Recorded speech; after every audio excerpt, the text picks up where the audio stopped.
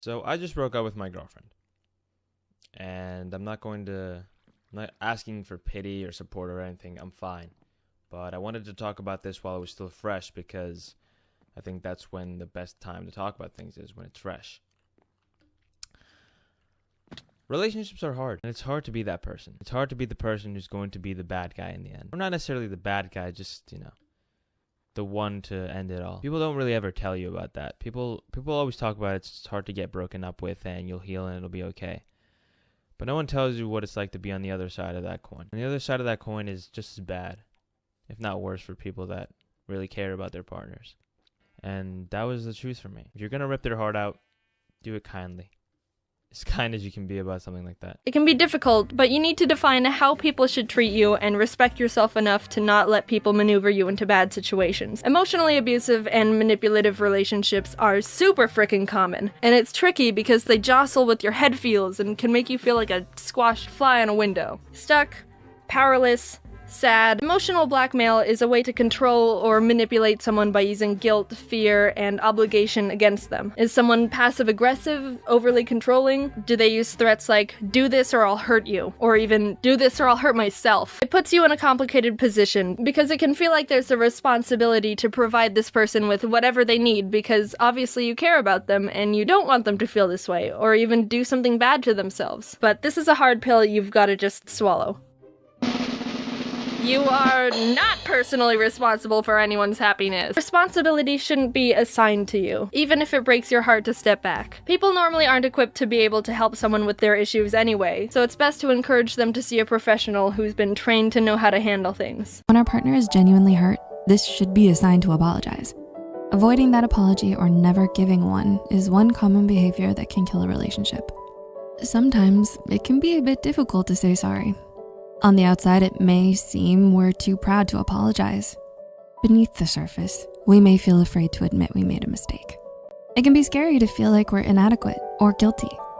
No matter how hard it may be to utter that small but meaningful sorry, it can actually save your relationship in the long run.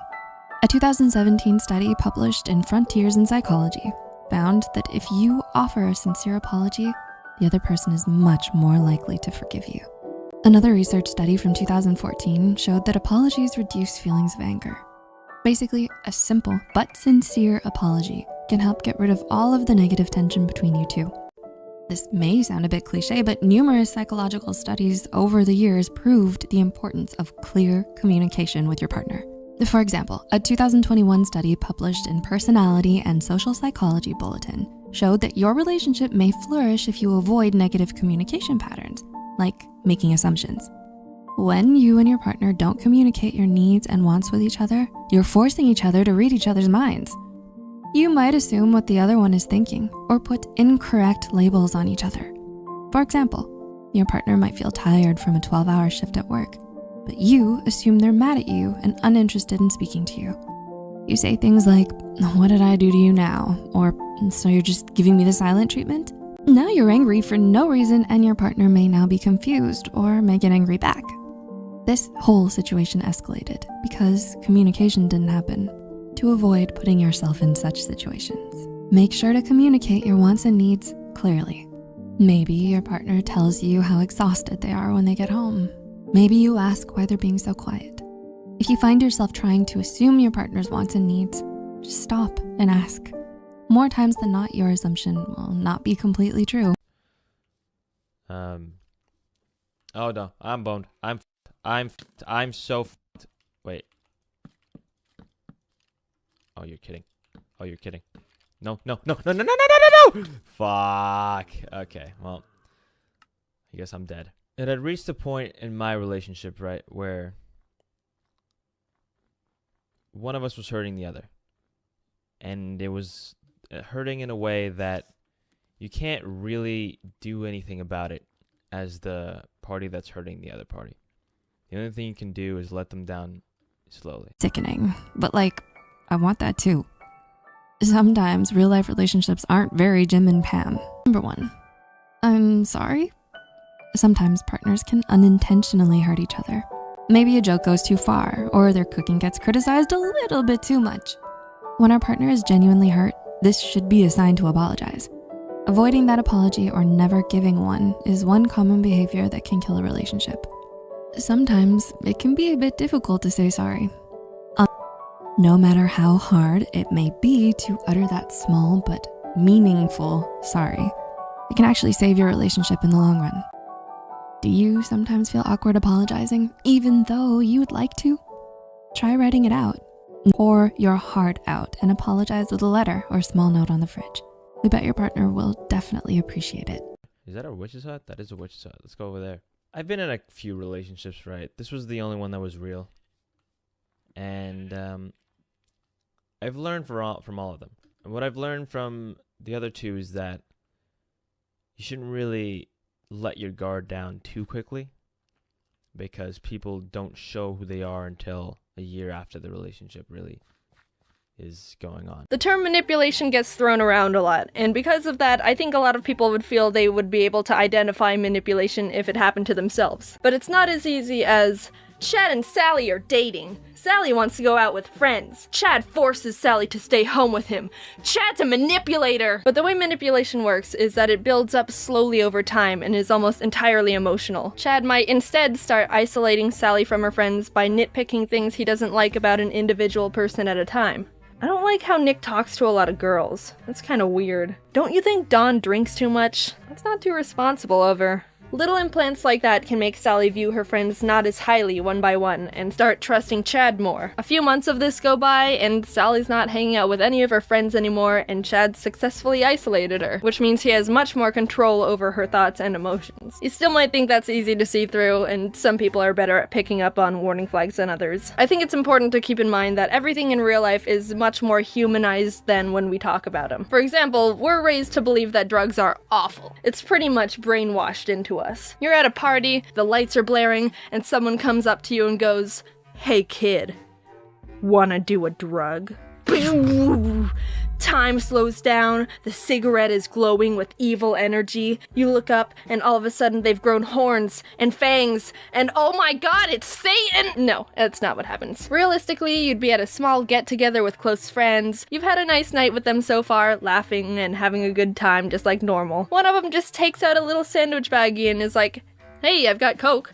There's no time slow-mo or sirens. It's a completely normal feeling situation and all of a sudden your brain is confused. Drugs are bad, but this is my friend. We've known each other since 5th grade. He's just a normal dude. He's not bad. Are my other friends gonna do it?